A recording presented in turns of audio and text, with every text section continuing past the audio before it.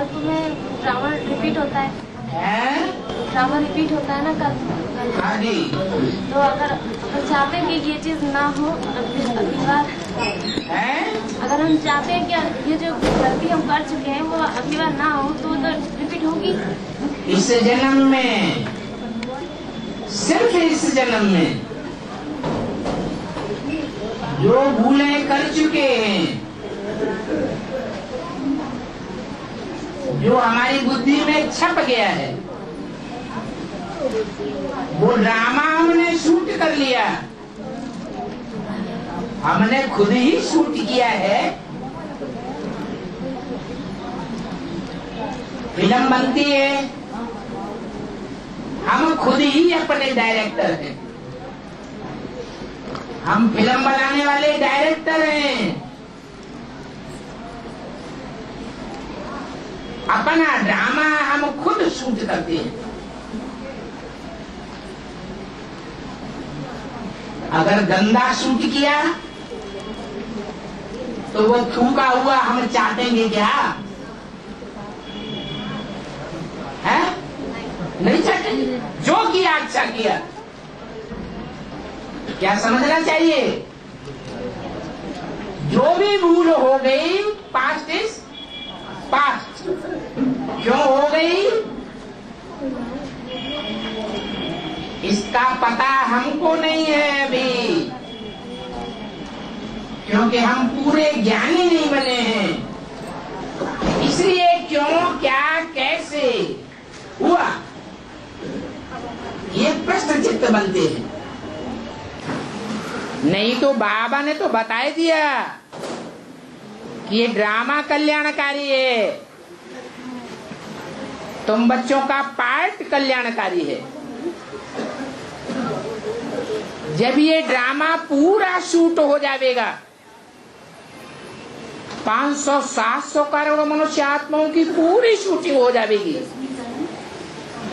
तो इस दुनिया का कोई भी पार्टधारी आत्मा ऐसा नहीं बचेगा जो ये समझे कि हमारा पार्ट तो अच्छा नहीं है। क्या कहेंगे सब? हमारा जैसा पार्ट है वैसा और कोई का पार्ट नहीं।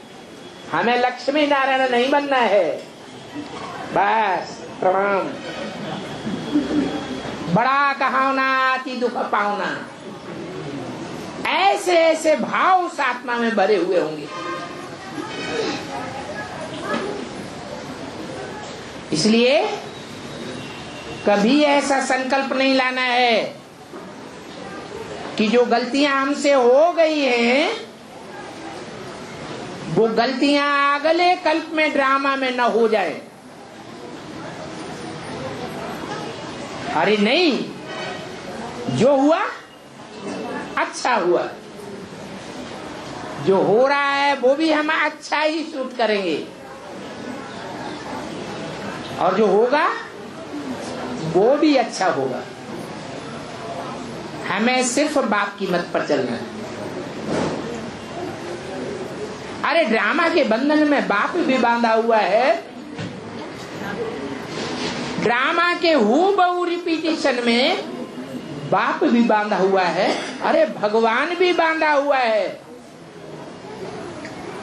तो हम बंधन में नहीं बंधेंगे क्या? हम हूबहू रिपीटिशन से बाहर चले जाएंगे क्या? ऐसे तो नहीं हो सकता। और बाबा कन्हैया को मतलब वहाँ जमुना से पार ले जाते हैं, मतलब डलिया में रखे, तो जमुना जी निकलने नहीं देती जब तक पैर नहीं धोते। तो इसका बेहद में क्या? अब सब बातें समझनी पड़ेंगी ना बेहद में, कि जमुना जी पानी की जमुना जी है, दिल्ली वाली, मथुरा वाली, या चैतन्य कोई जमुना जी है?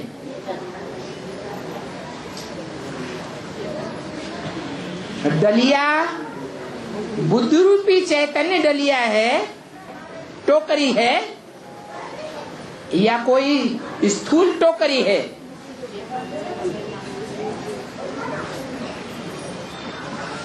पांव, स्थूल पांव की बात है छूने की, या बुद्धि रूपी पांव छूने की बात है?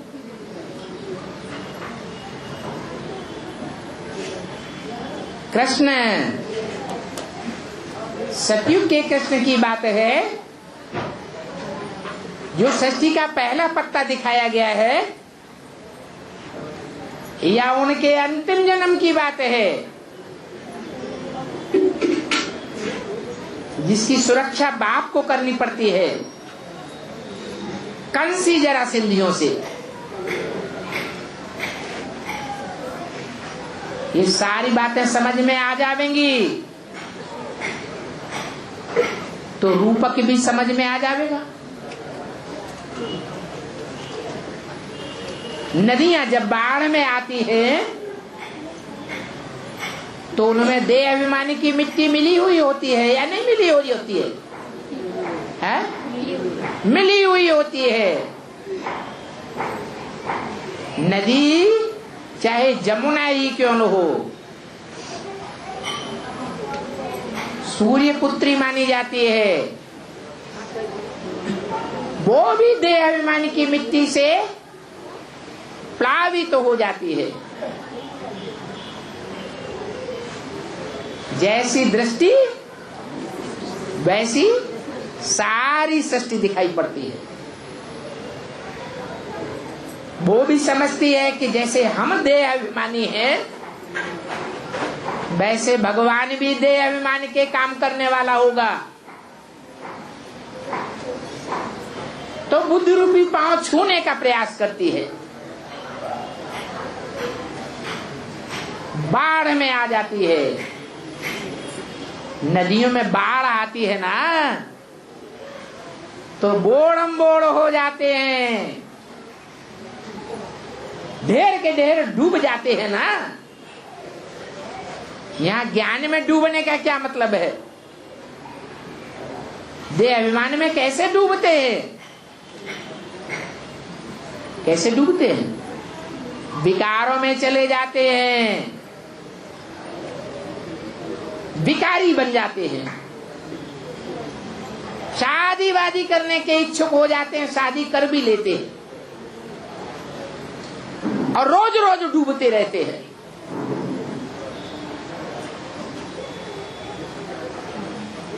यमुना ने भी भगवान के बुद्ध रूपी पांव छूने की कोशिश की। कहीं इनकी बुद्धि में भी तो वही देह अभिमान नहीं भरा हुआ है? छू के तो देखो, डुबकी मारता है या कि नहीं मारता है? बुद्धि चलायमान होती है या नहीं होती है? अरे यमुना की बुद्धि में बैठना चाहिए कि कंस ने जिन 7 बच्चों को डुबो दिया, मार दिया, ज्ञान में जिंदा नहीं रहने दिया, देह अभिमानी बनाई दिया, ये आत्मा कैसे बच गया? जब ये कंस के हाथों से बच सकता है तो मैं क्या पार पाऊंगी?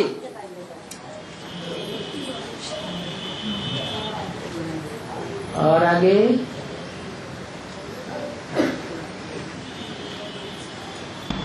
अष्टदेवों के सिवा बाकी सभी सजा खाते हैं धर्मराज।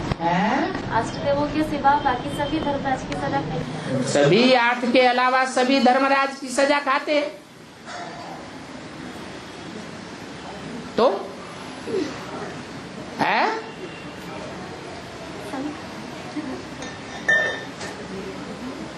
मैंने पूछना क्या है? बस यही पूछना है कि सभी सजा खाएंगे।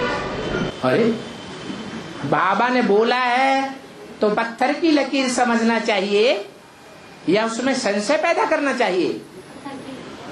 इसका मतलब बाबा ने नहीं बोला है, कोई देहदारी ने बोल दिया है।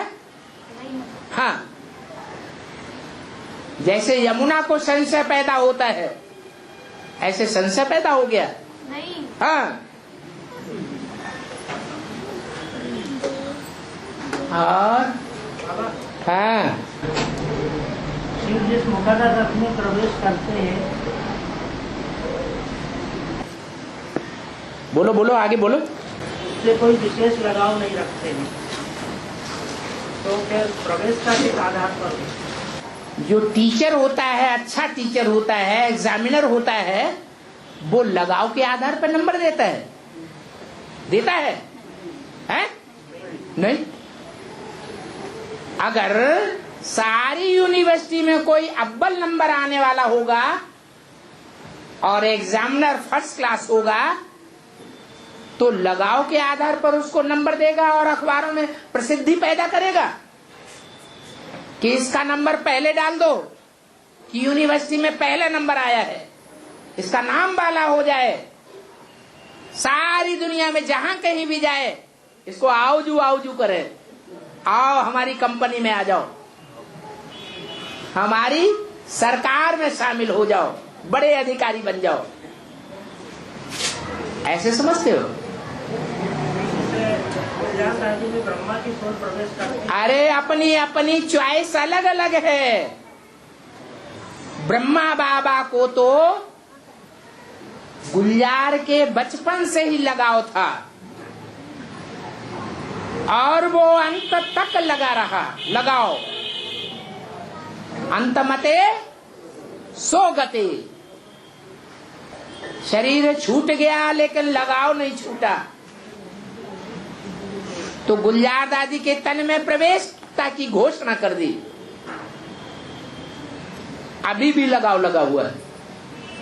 वो देहधारी आत्मा की बात है। और यहाँ,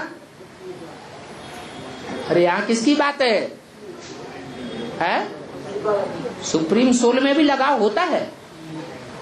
अरे देह का लगाव देह से पैदा होता है, उसका जन्म ही देह से नहीं है, तो देहधारी के लगाव की बात कहां से पैदा हो गई? ब्रह्मा की सोल भी प्रवेश करती है। प्रवेश करती है, वो सुधारने के लिए प्रवेश नहीं करती है, उसकी नाक रगड़ने के लिए प्रवेश करती है। क्या कहा? वो हलधर है, उसका हथियार कौन सा है? हल चलाने वाला, धरणी को चीरने वाला है। वो प्रवेश करके किस लिए अपना काम करता है? ताकि जैसे हम डूब गए ऐसे ये भी डूब जाए। जो कृष्ण है वो ही कंस बन जाता है। क्या कहा? कोई चाहता है कि हमारे ऊपर ये सवार हो जाए? अरे कोई मनुष्य ये चाहता है कि कोई हमारे ऊपर सवारी करे? चाहता है? नहीं चाहता। कृष्ण की आत्मा भी अज्ञानी है, ज्ञानी है। अज्ञानी है, वो नहीं चाहती कि हमारे ऊपर कोई सवारी करे, हमारे सामने ही विश्व का बादशाह बन जाए, हमारे ऊपर कोई कंट्रोल करे। भले मेरा बैल का पार्ट है, लेकिन बैल चाहता है कोई को कि मेरे ऊपर सवारी करे कोई। और ये तो फर्स्ट क्लास अव्वल नंबर का बैल है। ये लड़ाई चालू है, क्योंकि पुरुषार्थ अधूरा है। जब पुरुषार्थ संपन्न होगा, अव्वल नंबर पुरुष का, जो अव्वल नंबर आत्मा है, उसका पुरुषार्थ जब पूरा होगा, क्योंकि कृष्ण की आत्मा ज्यादा जन्मों में राजा बनी है,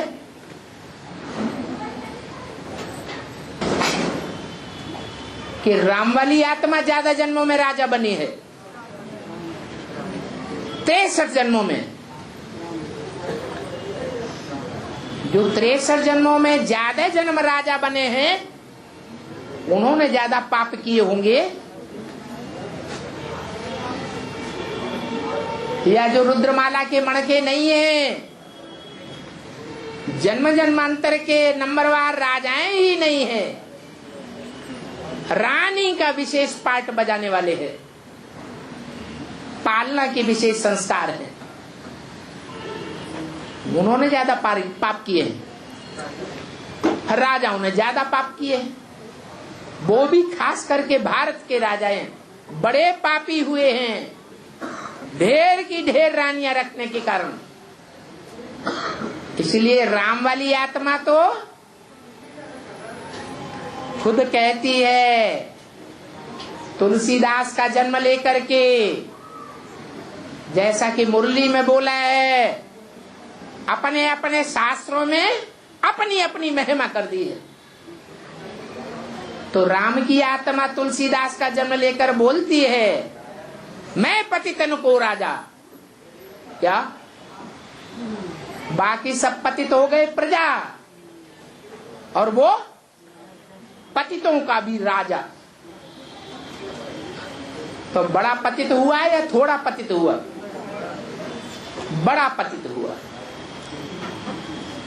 तो राम वाली आत्मा को तो कृष्ण वाली आत्मा अभी नाक रगड़वा रही है।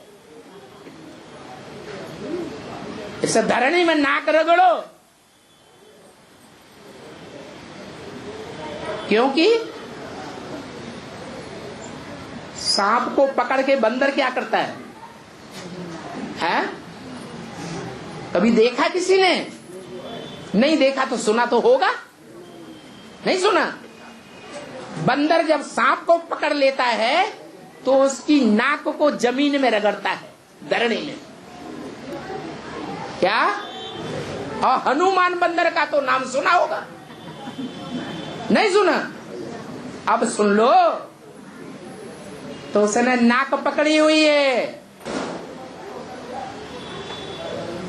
वो नाक तब तक रगड़ता रहेगा जब तक याद में निरंतर रह करके राम वाली आत्मा शिव समान, बाप समान स्टेज को प्राप्त नहीं कर लेती। तब हाई जंप लगाने के काबिल बनेगा।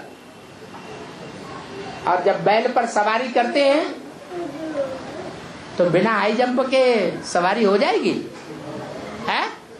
नहीं, हाई जंप लगेगी और बैल की आत्मा कंट्रोल हो जाएगी। इसलिए शिव की सवारी जानवर पर नहीं होती है। मैं जानवर बुद्धियों में आता हूं क्या? जो कच्छ मच्छ अवतार दिखाई दिया है, जानवरों को समझाऊंगा क्या? जानवरों में बुद्धि होती है, मैं जानवरों में नहीं आता हूं। चाहे बैल हो, चाहे गाय हो, चाहे बकरी हो। भले बकरी मैं करती है, मुख से भी करती है, प्रैक्टिकल में भी त्रिमूर्ति का चित्र बना के बैठ जाती है। मैं शिव शंकर भोलेनाथ, मेरा शंकर का पार्ट है, मैं विनाश करूंगी। बड़े बड़े पोस्टर छपाई देती है, लेकिन वास्तव में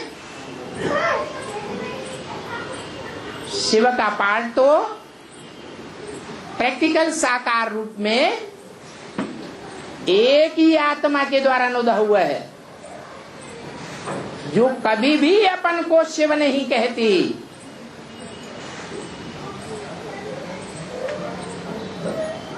सदैव अपन को पतित ही समझती है। एवर प्योर समझने का तो सवाल ही पैदा नहीं होता। जो शिवो हम कहने वाले हैं, उनमें कौन सी आत्मा नंबर 1 जाती है? ब्रह्मा की सोल। बड़े आराम से स्वीकार कर लेते हैं कि प्रैक्टिकल में गीता का साकार भगवान का पार्ट मेरा है।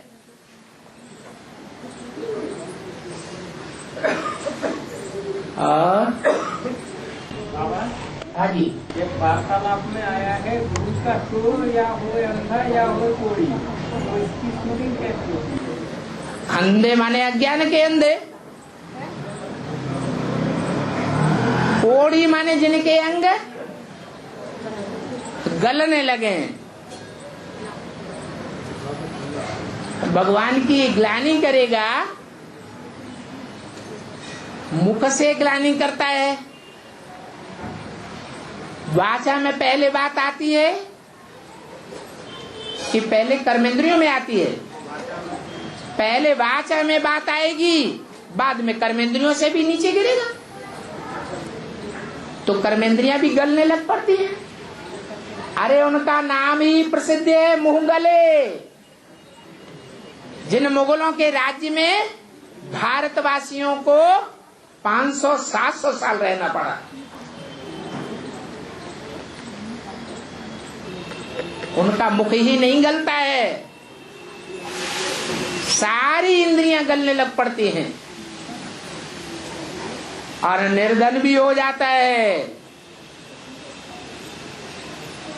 जैसे सबसे जास्ती अंतिम जन्म में आकर के कौन सी आत्मा शिवोहम का पार्ट बजाती है?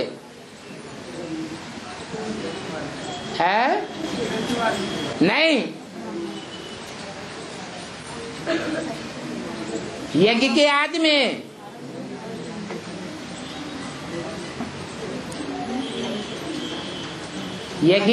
में जब धोबी घाट चला तो किसने अपन को भगवान समझ लिया? ब्रह्मा भवन समझ लिया, राम वाली आत्मा ने समझा।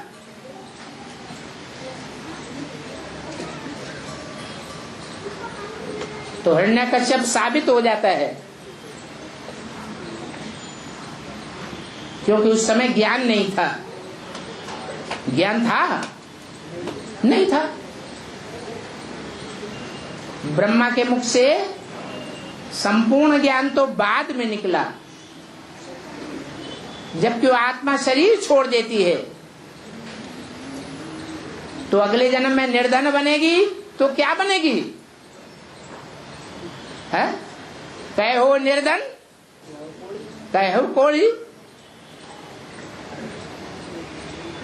तो अंतिम जन्म में आकर के गरीब से गरीब बनती है।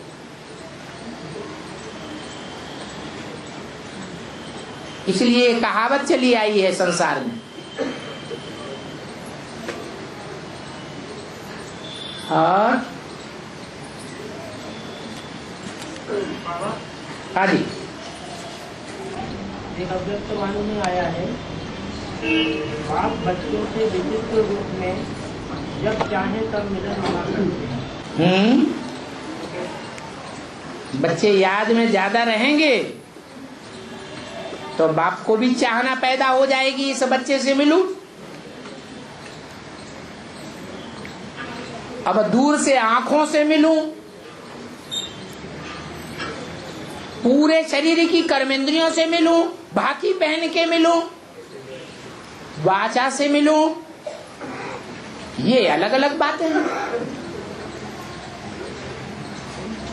और है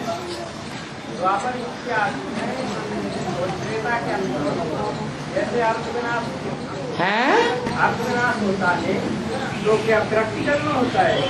अच्छा, और क्या हवा में होता है? अगर त्रेता में हवा में होगा तो कलयुग के अंत में भी हवा में विनाश हो जाएगा। आप तो आराम से महलमाड़ियां अटारियां बनाते रहो।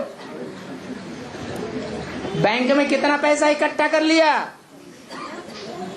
अरे किया कि नहीं किया? विनाश तो हवा में होगा। और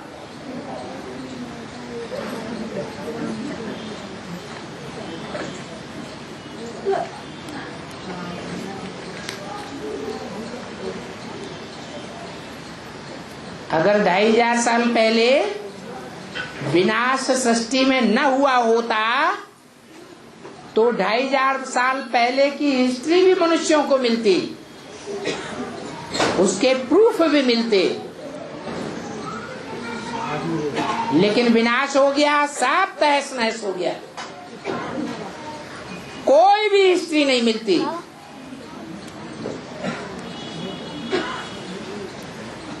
इससे साबित होता है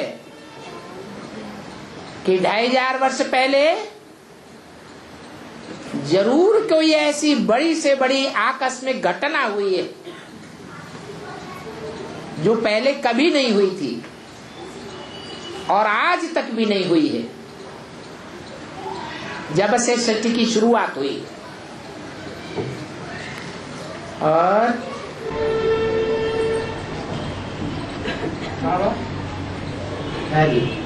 मैं ना पूज्य हूँ ना पुजारी, ना मैं पुजारी हूँ, ना मैं एवर प्योर हूँ और ना मैं एवर प्योर। क्या क्या बोलते रहते हैं? ना मैं एवर प्योर हूँ, ना मैं एवर इम्प्योर हूँ। अरे ये कौन सी आत्मा बोल रही है? शिव की आत्मा एवर प्योर नहीं है, कभी देह के लगाव में आ जाती है। अरे देह के चिपकंते में आ जाती है कभी क्या? फिर क्यों बोल रहे हो ऐसी बात?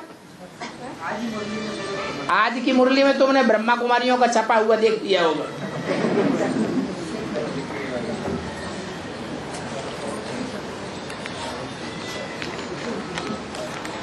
एक मुरली में आ गया, तुमने देख लिया, और हजारों मुरलियों में आया है मैं एवर प्योर हूँ, सो तुमने नहीं देखा, तुम्हारी आंखें फूट गई थी।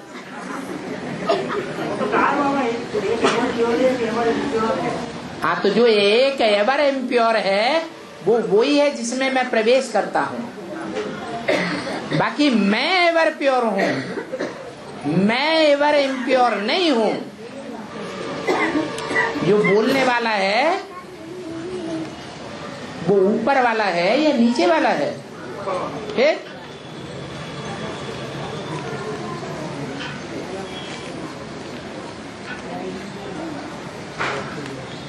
और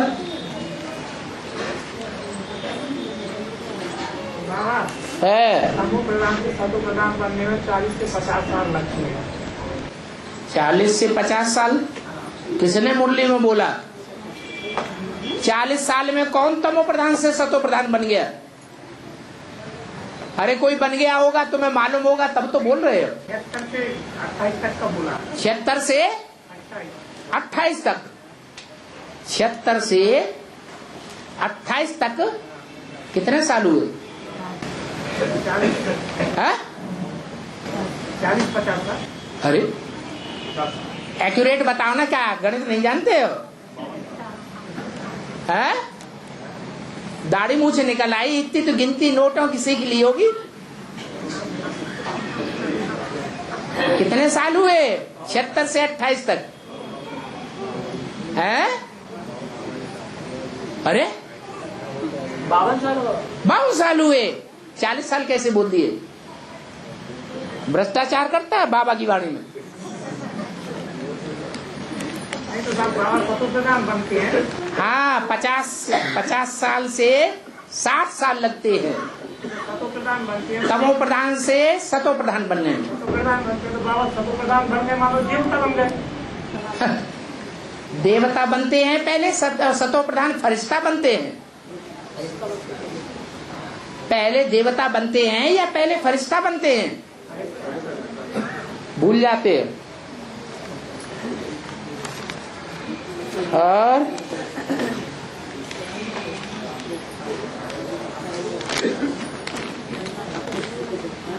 है महारथी और महावीर में क्या अंतर है? महारथी हाथी सवार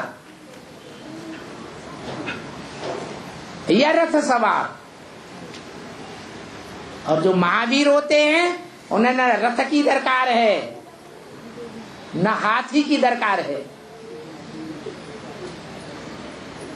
उनमें खुद ही इतनी पावर है कि रथ का भी काम कर लेते हैं। जिस रथ को चाहें उसी रथ पर सवार हो जाएंगे। ऐसी आत्मिक स्थिति की पावर आ जाती है।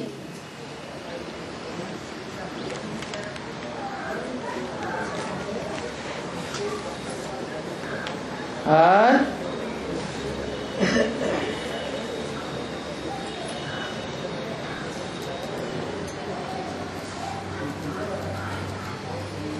कोई नया और निकला,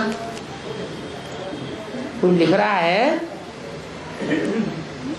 बाबा बिंदु बाप को बड़ा उल्लू अक्षर में क्यों रखा है, दूसरे अक्षर में क्यों नहीं रखा? अरे वो उल्लू है, उसकी बुद्धि रूपी सर धरनी में घुसी रहती है। जैसे उल्लू होता है, बाबा ने कहा उल्लू नीचे की ओर देखता है, धरनी की ओर उसका सर हो जाता है और पांव ऊपर हो जाते हैं, उल्टा लटक जाता है तो यह आज के मनुष्यों की बात, जिनकी बुद्धि रूपी धरनी की ओर उनकी बुद्धि चली जाती है। बुद्धि का सारा खिंचाव, इस खोपड़े का सारा खिंचाव धरणी रूपी कन्याओं माताओं में चला जाता है।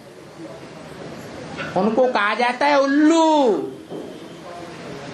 और जिनकी बुद्धि का खिंचाव ऊपर की ओर जाता है, परमधाम में जाता है, स्वर्ग में जाता है, सूक्ष्म वतन के मनन चिंतन मंथन में जाता है, उनको कहते हैं अल्लाह के बच्चे।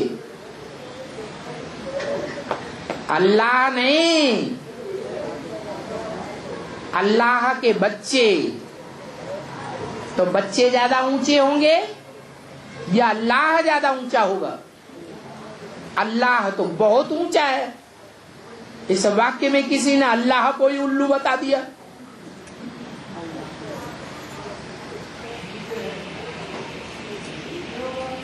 अभी तो गाली मत दो कम से कम। और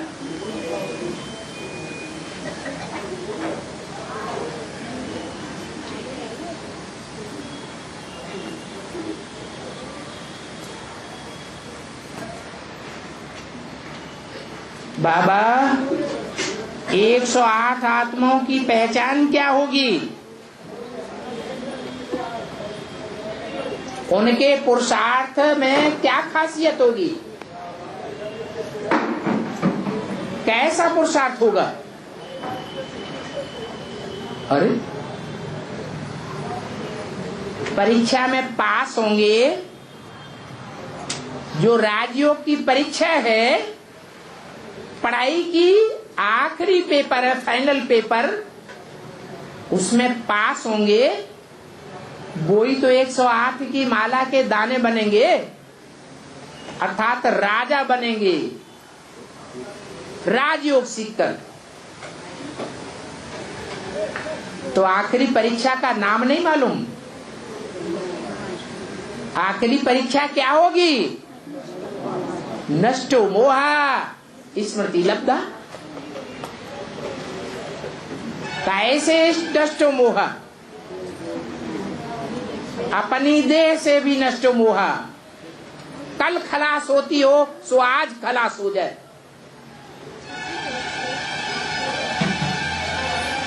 खलास न होती हो, कल बर्फ में दबने वाली हो तो आज दब जाए। कोई परवाह नहीं। देह से नष्ट मोहा, देह के जन्म जन्मांतर और इस जन्म के संबंधियों से नष्ट मोहा।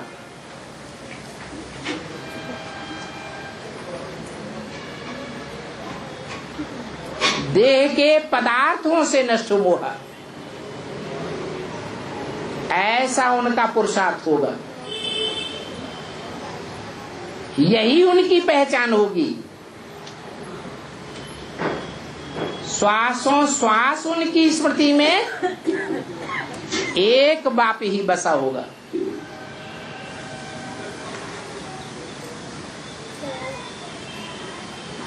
क्या हम ऐसा करें, कितनी जल्दी हम ऐसा करके दिखाएं जो बाप हमको अपने गले की माला बना ले, अपने गले से चिपका ले।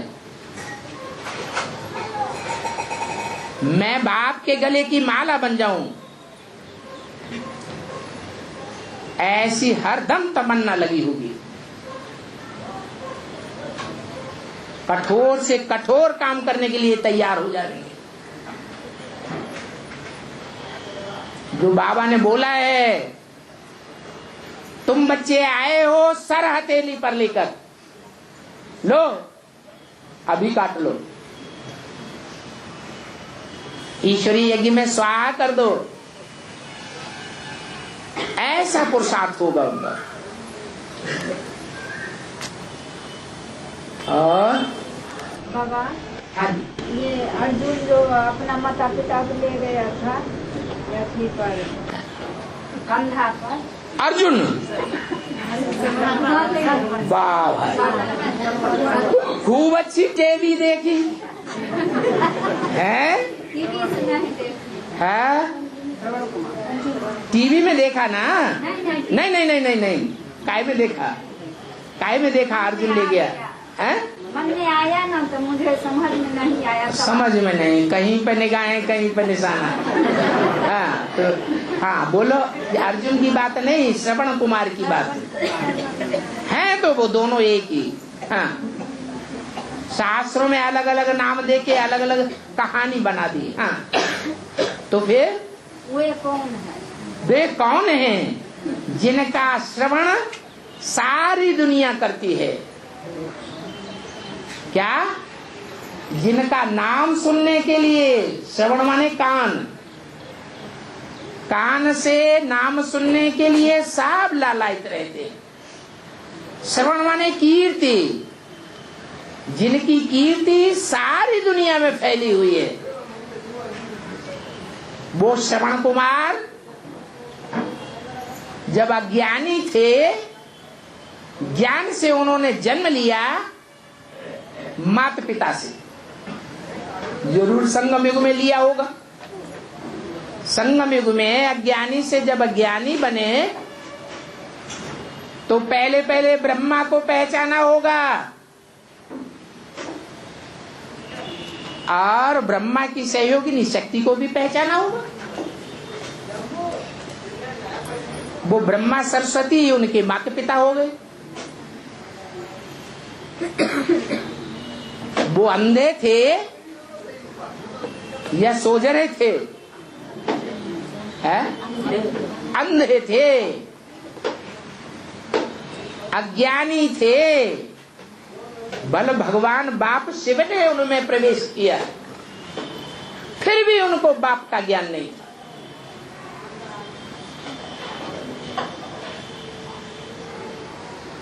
तो अज्ञानी माने अंधे। उनको कंधे पर धारण कर लिया।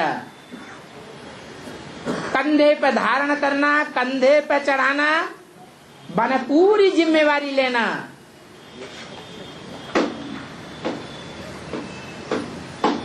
जैसे भक्ति मार्ग में तीर्थ यात्राओं पर ले जाते हैं पितरों को,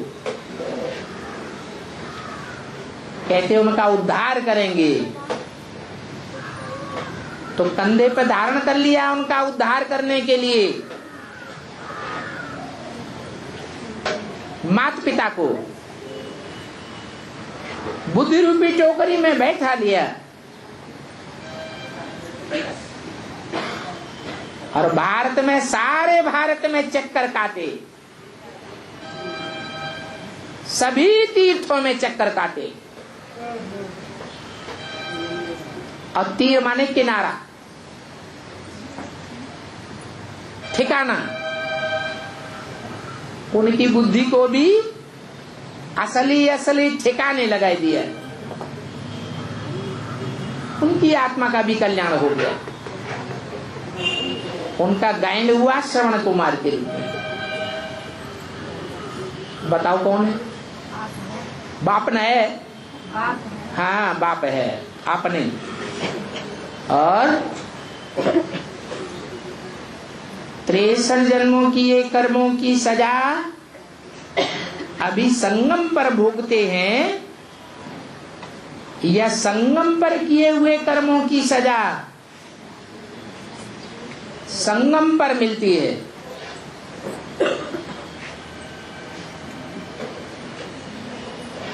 कौन सी सजा की बात है?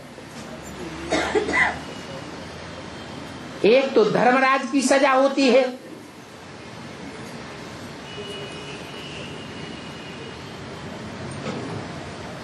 धर्मराज जो सजा देता है वो 63 जन्मों में नहीं देता।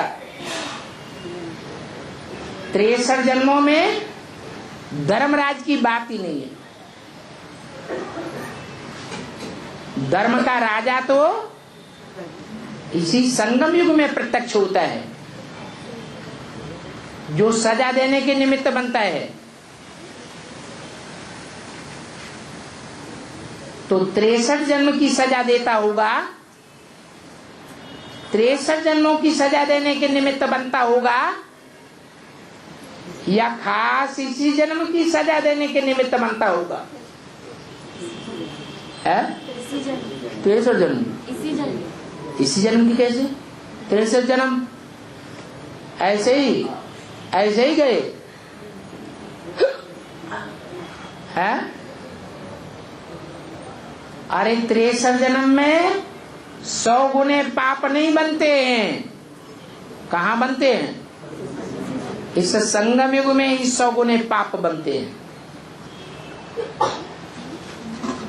इसलिए वहां धर्मराज की दरकार ही नहीं है, क्योंकि पहली बार जो करता है, पहला पाप कर्म जो करता है वो तो 1 गुना हुआ, वो तो माफ किया जाता है। पहली बार कोई पाप करे तो मोस्टली माफ कर दिया जाता है कि नहीं? क्षमा योग्य है या नहीं है? वो माफ हो सकता है। लेकिन जब बाप आ जाते हैं, निश्चय बुद्धि बन जाते हैं, अंजाम करते हैं कि भगवान बाप आया हुआ है, अब हम कोई पाप कर्म नहीं करेंगे, बाप की श्रीमत के बरखिलाफ कोई पाप कर्म नहीं करेंगे, फिर भी अवज्ञा करते हैं, तो 100 गुना पाप का बोझ चढ़ता जाता है। और एक बार नहीं, क्या बार बार करते हैं।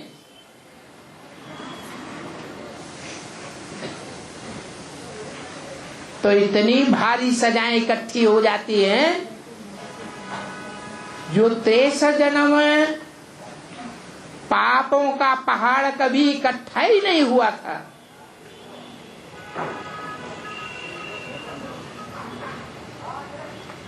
ऐसे पापों की सजा देने के लिए धर्मराज निमित्त बनता है। बेहद की बात है, 1 सेकंड में अनेक जन्मों की पापों की सजा महसूस हो जाती है।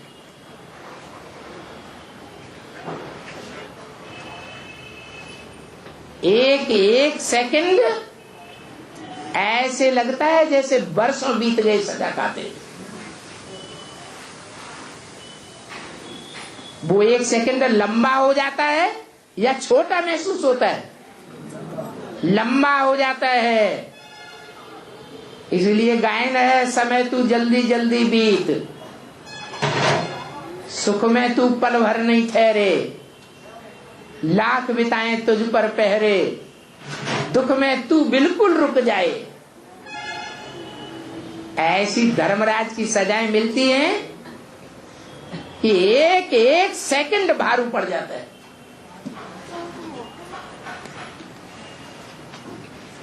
बाबा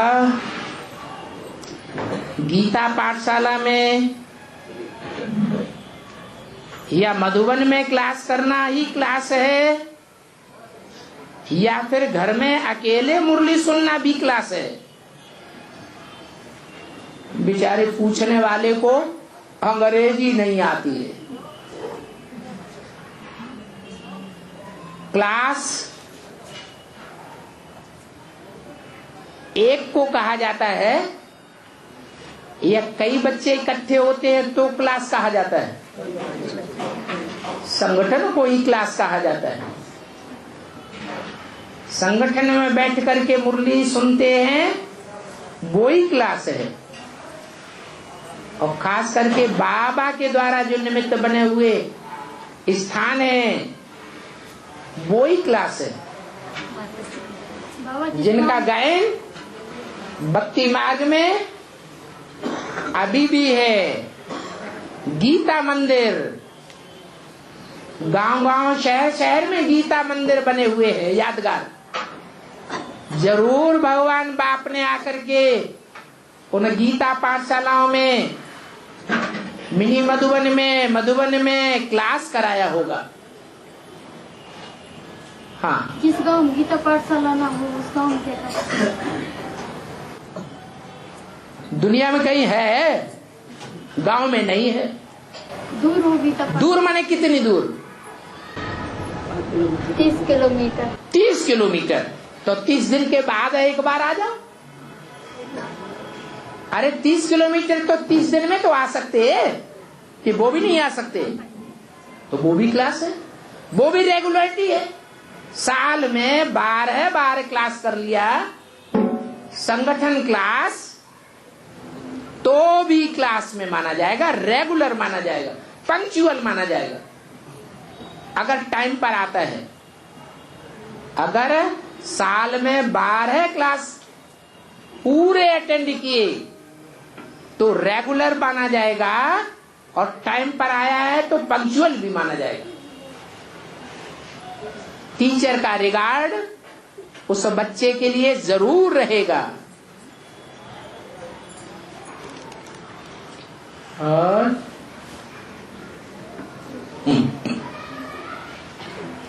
जो सदाशिव है उसकी आत्मा पारसमणि है, या हीरो पार्टधारी की आत्मा पारसमणि है?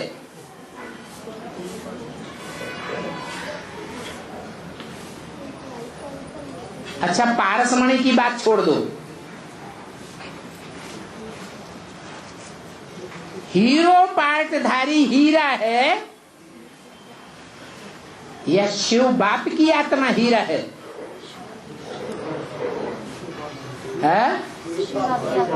शिव बाप की आत्मा हीरा है। हीरा सबसे जास्ती कीमती होता है।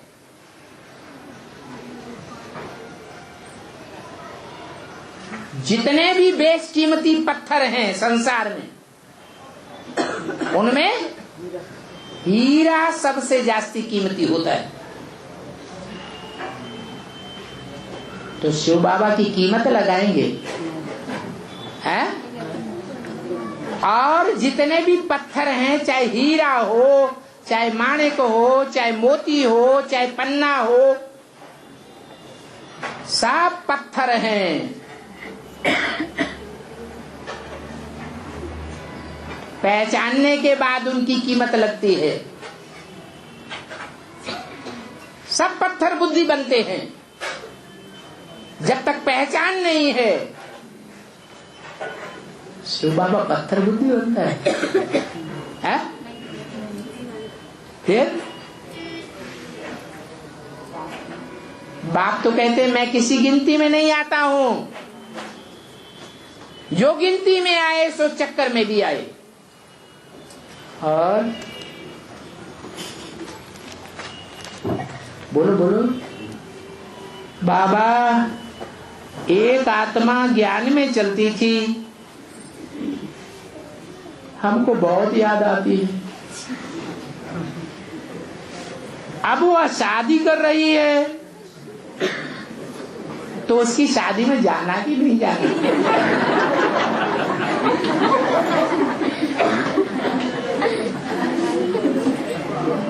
बताओ भाई, जाना कि नहीं जाना है? क्यों है? नष्टोमुआ बनना है। और दिल लगी हुई हो तो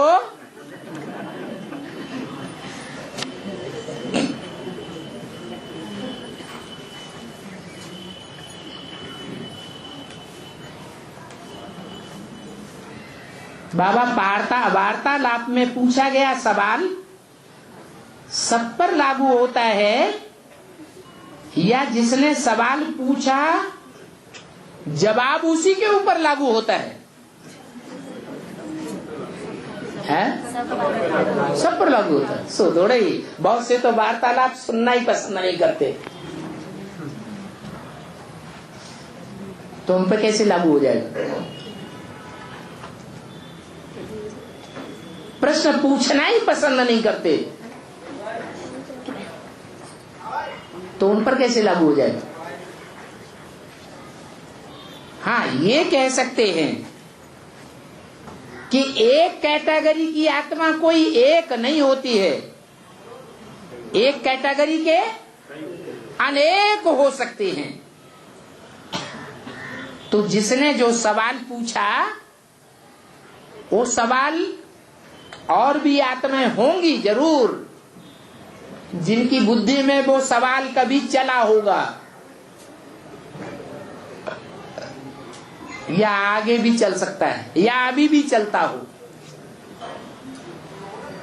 तो उनके लिए ही जवाब लागू होगा।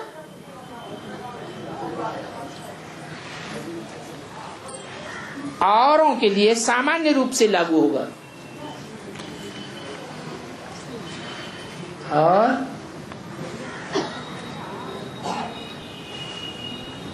मधुबन या गीता पाठशाला में जब बाबा क्लास चला रहे हों या कहीं भी बाबा का क्लास चल रहा हो, तो आपस में बातचीत करके या इशारेबाजियां करके या मोबाइल पर क्लास में बात करना चाहिए। क्या ऐसा करने से दूसरों का बुद्धियोग नहीं टूटता है?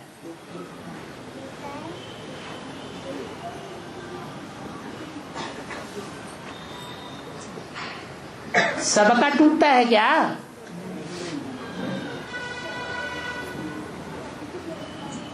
सबका तो नहीं टूटता होगा, क्योंकि कोई कोई तो इतने लगाव वाले होते हैं बाबा की वाणी सुनने के लिए कि जैसे स्टेशन को छोड़ करके दूसरी स्टेशन पर जाने वाला इतनी भीड़ भाड़ शोरगुल के अंदर स्टेशन का अनाउंसमेंट सुनता है कि गाड़ी अमुक प्लेटफार्म पर आ रही है और इतने टाइम पर आ रही है। अगर नहीं सुनेगा तो गाड़ी निकल जाएगी। तो जो अलर्ट रहते हैं वो ही गाड़ी पर बैठते हैं, नहीं रहते हैं तो गाड़ी चली जाएगी। ऐसे ही यहां है, ये चंद्रकांत वेदांत जहाज है।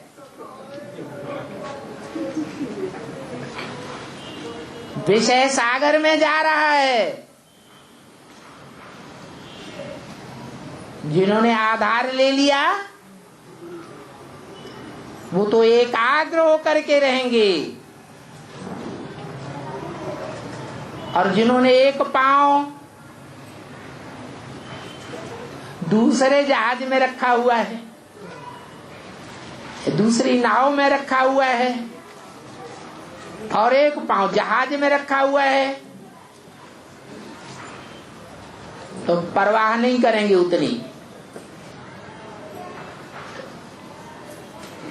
अगर दूसरे पांव में वजन ज्यादा है तो जहाज चला जाए तो चला जाए, हमें तो अपने लगाव झुकाव की बात करनी ही है। हमें भगवान की बातें सुनने की उतनी दरकार नहीं है, या तो उन्होंने भगवान को पहचाना ही नहीं है। जो रोज मुरली में बोलते रहते हैं, जैसे कुत्ते भौंकते हैं ना, ऐसे भौंकते ही रहते हैं भगवान। क्या क्या बोलते हैं? मैं जो हूं, जैसा हूं और जिस रूप में पाठ बजाता हूं, तो धर्मराज का रूप किसी ने देखा ही नहीं है।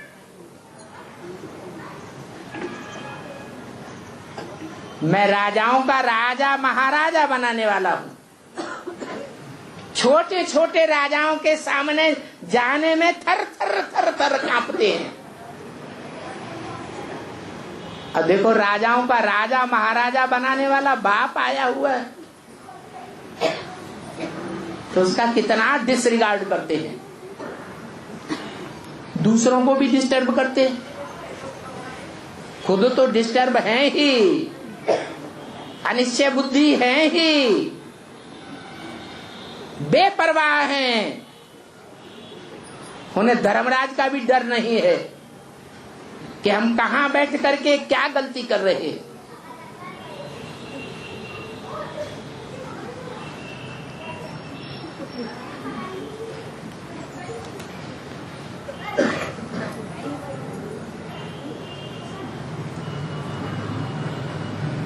बाबा का क्लास खत्म होने के बाद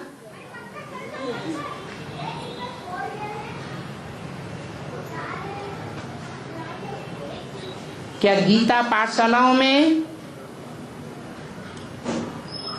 आपस में ज्ञान का लेन देन या ज्ञान की चर्चा या प्रश्नोत्तर करना चाहिए या नहीं करना चाहिए?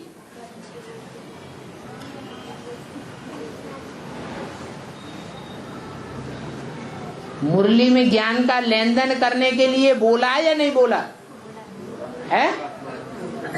ज्ञान का लेन देन करने के लिए मना नहीं है। आज बाबा ने क्या बोला, याद है या नहीं याद है? क्या पॉइंट याद रहे, क्या भूल गए? इतना तक तो ठीक।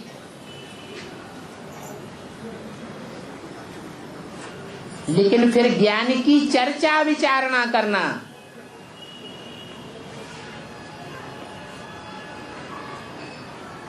जो चर्चा करने वालों का यादगार भी बना हुआ है दुनिया में,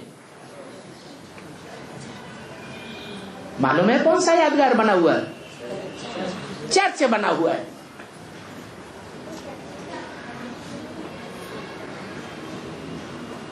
जो क्रिश्चियन धर्म में कन्वर्ट होने वाले हैं, वो भगवान की बातों पर भी चर्चा जरूर करेंगे,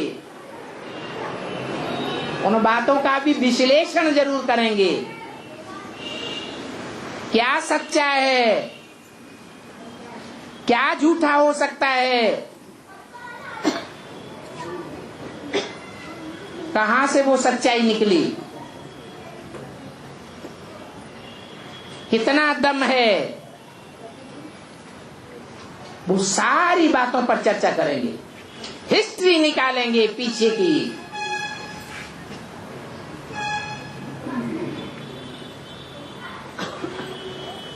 उनकी यादगार बन गई चर्चा।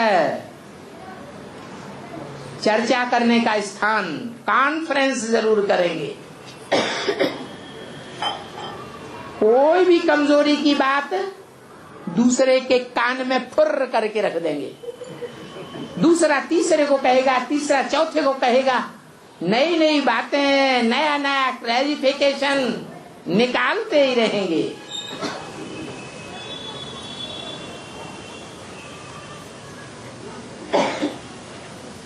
प्रश्न भी करते रहेंगे और एक दूसरे से उत्तर भी लेते रहेंगे। परंतु उन प्रश्नों और उत्तरों और उन कॉन्फ्रेंस की बातों को वेरीफाई कौन करेगा? दुनिया में इतनी कॉन्फ्रेंसेस होती आई, अपनी अपनी बोल करके चले जाते हैं, अपनी अपनी बात कह करके चले जाते हैं। फाइनल क्या होता है? वेरिफिकेशन कोई करता है?